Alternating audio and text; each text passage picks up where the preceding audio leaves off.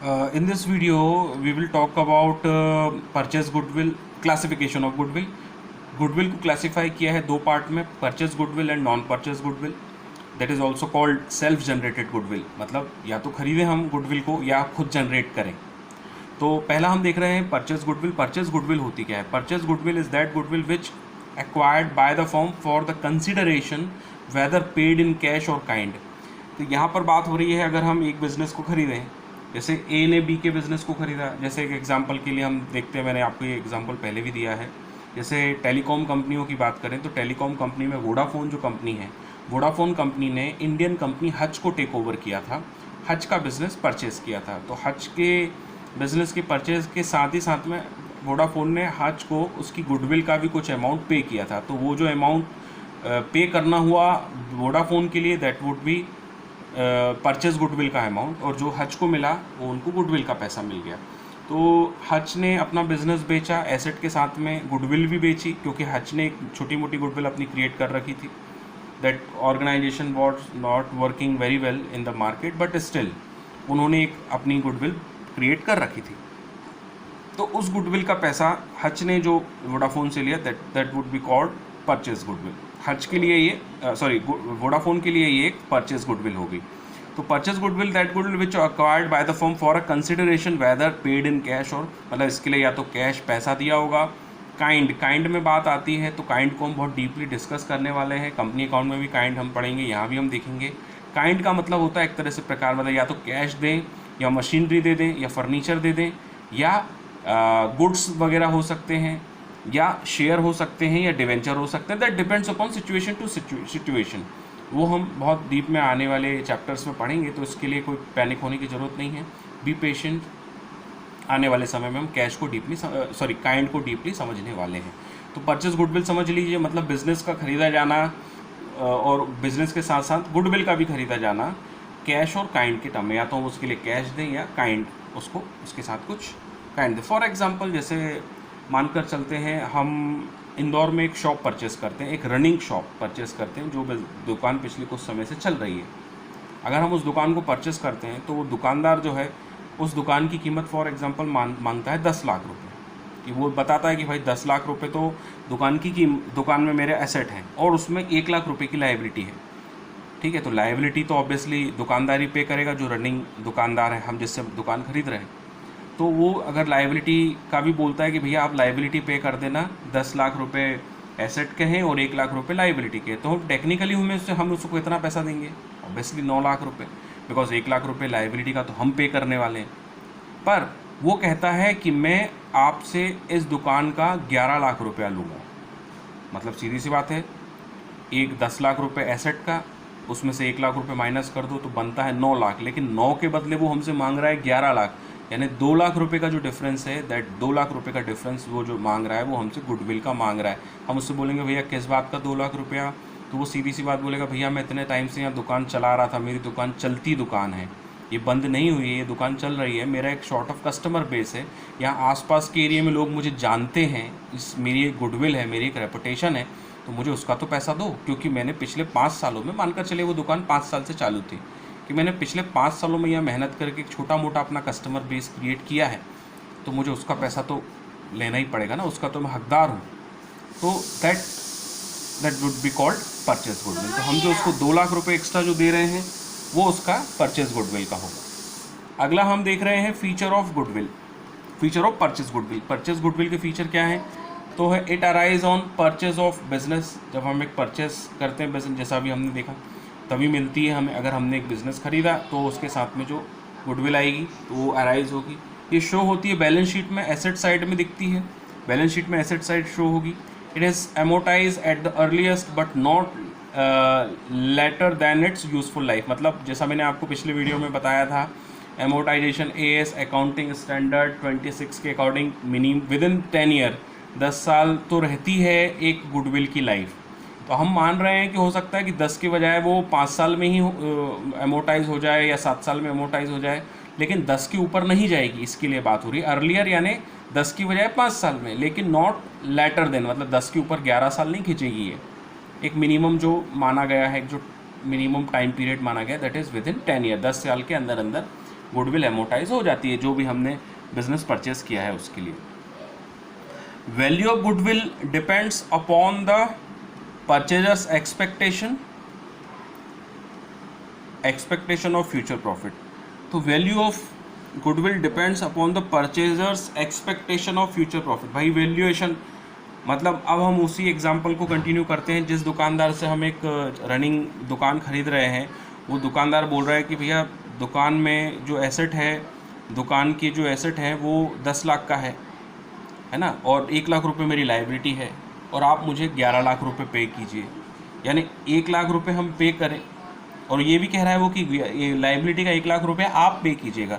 यानी हम टोटल 12 लाख रुपए में हमें वो दुकान पड़ रही है टेक्निकली देखें तो 12 लाख रुपए जो हम दे रहे हैं उसमें 10 लाख तो उसके एसेट का हो गया, और जो 2 लाख रुपए ऊपर हम उसको दे रहे हैं टेक्निकली वो हमारा गुडविल का हो गया। तो ये अब हम पर डिपेंड करेगा। Value of goodwill depends upon the purchaser's expectation कि भैया हम उसको दें उतना। हो सकता है हम उसको गुडविल के टर्म पे भी निगोशिएट कर लें कि नहीं भैया 2 लाख नहीं हम तो 1.5 लाख देंगे, या 2 लाख नहीं हम तो 1 लाख रुपए देंगे। That depends upon the negotiation also. लेकिन अगर हमें वहाँ एक अच्छा फ्यूचर दिख रहा है, एक अच्छा फ्यूचर प्रॉफिट दिख रहा है, हमारा एक्सपेक्टेशन फ्यूचर प्रॉफिट को लेकर अच्छा है, तो हम उसको 2 लाख रुपए जो वो मांग रहा है गुडविल के, हम उसको उतना पे ऑफ कर देंगे।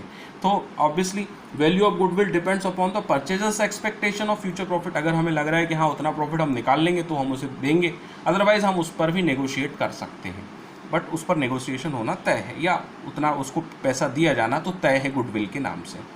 ठीक है, तो आई थिंक ये पॉइंट समझ में आ रहा होगा परचेज गुडविल। अगला है हमारा सेल्फ जनरेटेड गुडविल। नाम से ही क्लियर है, सेल्फ जनरेटेड गुडविल यानी कि हमने खुद ने जनरेट किया। सेल्फ जनरेटेड गुडविल है हमारा, it is not purchase for consideration but it is earn by the effort of the management.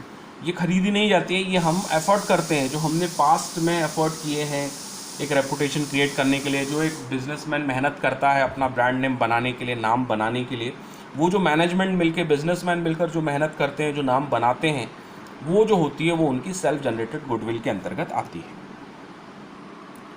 Features of self generated goodwill, पहला क्या है, इट इज जनरेटेड इंटरनली, जैसे हम पहले डिस्कस कर चुके हैं, जनरली ओवर द ईयर्स हम लोग पहले भी स्टडी कर चुके हैं, इस पर ओपिनियन रख चुके हैं अपना कि ये जनरेट होती है इंटरनली और समय के साथ में जनरेट होती है ओवर द ईयर।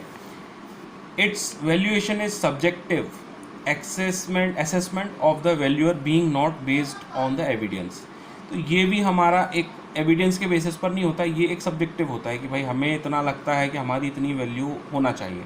तो इसका वैल्यूएशन जो होता है subjective assessment of the valuer का सब्जेक्टिव असेसमेंट होता है कि उसको क्या लगता है।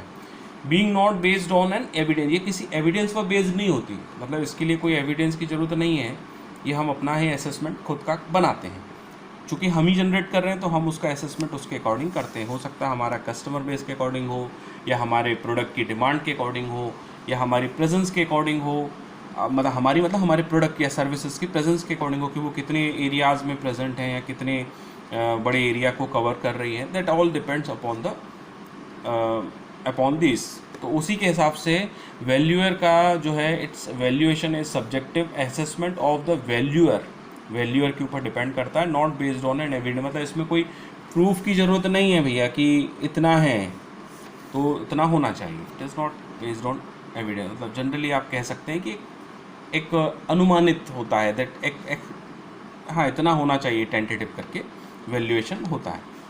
अगला पॉइंट है हमारा, it is not accounted as an asset, thus it is not shown in balance sheet, that is book of account। book of account को ही हम बैलेंस शीट बोलते हैं। book of account के अंतर्गत बैलेंस शीट भी आता है, प्रॉफिट एंड लॉस स्टेटमेंट भी आते हैं। तो यहाँ जो एसेट आएगी वो बैलेंस शीट में नहीं आएगी, क्योंकि इट इज़ नॉट अकाउंटेड, ये हमारी एक एसेट जैसे, मतलब आप इस बात को ध्यान रखिएगा, इस पॉइंट में जो बताया जा रहा है कि सेल्फ जनरेटेड गुडविल जो है वो हमारी एसेट नहीं होती है। ध्यान देने वाली बात है, ये पॉइंट में रखने वाली बात है, ये एमसीक्यूज में पूछे जा सकते हैं इस तरह के क्वेश्चन। तो it is not accounted as an asset. Self generated goodwill asset नहीं होती, इसको हम एक एसेट के तौर पर अकाउंटेड नहीं करते हैं, एसेट के तौर पर हम नहीं मानते हैं, इसके लिए ये बैलेंस शीट में नहीं दिखाई जाती है, इसलिए ये बैलेंस शीट में शो नहीं होगी। इन सब चीज़ों को, थ्योरी को लेकर आप लोगों को पैनिक होने की ज़रूरत बिल्कुल भी नहीं है। ये बहुत सिंपल है। जब हम थोड़ा सा प्रैक्टिकल इन सब चीज़ों का देखेंगे तो आपको ये सारे पॉइंट्स अच्छी तरह से क्लियर होने लग जाएंगे। नेक्स्ट पॉइंट है हमारा मेथड्स ऑफ वैल्यूएशन। अब कितनी मेथड्स हैं गुडविल के वैल्यूएशन की, वो हम देखने वाले हैं, और इन्हीं के ऊपर हमारे न्यूमेरिकल्स हैं या इन्हीं के ऊपर हमारे प्रैक्टिकल के सवाल हैं।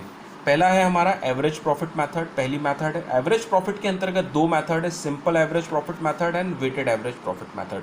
तो पहली मेथड है वैल्यूएशन की, गुडविल के को वैल्यूएट करने की, मतलब जो हम वैल्यूएट करते हैं खुद के लिए। भाई दूसरे से खरीद रहे हैं तो there is no need to valuate, लेकिन अगर हम खुद जनरेट कर रहे हैं, सेल्फ जनरेटेड है, तो हमें उसका वैल्यूएशन तो करना पड़ेगा। तो self generated profit, self generated के लिए, सेल्फ जनरेटेड गुडविल के लिए पहला है एवरेज प्रॉफिट मेथड, जिसमें simple average profit method and weighted average profit method है। उसके अकॉर्डिंग उसमें दो पॉइंट, मतलब उसमें दो मेथड्स हैं। सिंपल एवरेज प्रॉफिट मेथड के अंदर दो मेथड्स हैं, simple average profit method and weighted average profit method. दूसरी है सुपर प्रॉफिट मेथड, दूसरी है super profit method. Super profit method अपने आप में सुपर है, यानी कि इसके अंतर्गत और कुछ भी नहीं है, ये अपने आप में एक अकेली मेथड है। तीसरी जो मेथड है that is capitalisation method. Capitalisation method में दो पॉइंट हैं, इसके अंतर्गत दो मेथड्स हैं। Capitalisation of average profit method, capitalisation of average profit method, ये इसको करेक्ट कर लीजिएगा, थोड़ा सा यहाँ पर थोड़ा जगह कम पड़ गई थी मुझे due to some correction work. Capitalisation of average profit method, capitalisation of average profit method and capitalisation of super profit method, यहाँ दो मेथड्स हैं। तो हम इन दो मेथड्स को भी इसमें समझने वाले हैं, और अब हम अगले वीडियोस से सवाल सॉल्व करेंगे। सवाल हम देखेंगे किस तरह के सवाल इसमें पूछे जाते हैं।